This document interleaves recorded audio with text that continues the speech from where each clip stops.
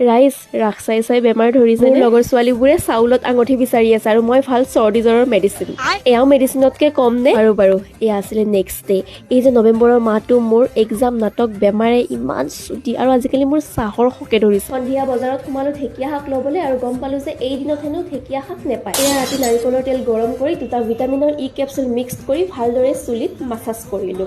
Day 62 Sunday morning. মোৰ হালধীয়া পানীৰে দিনটোৰ আৰম্ভণি। গৰম গৰম ৰুটি খাই এখন ধুনীয়াকে তামোল খাই ৰ'দ পোৱাইছে। আৰু এটা কথা জানেনে ৰাইজ, আমাৰ মায়ে চাধাৰ টেমাত তামোল লুকাই থৈ দিয়ে আৰু মই থুই হ'লেও খাওঁ।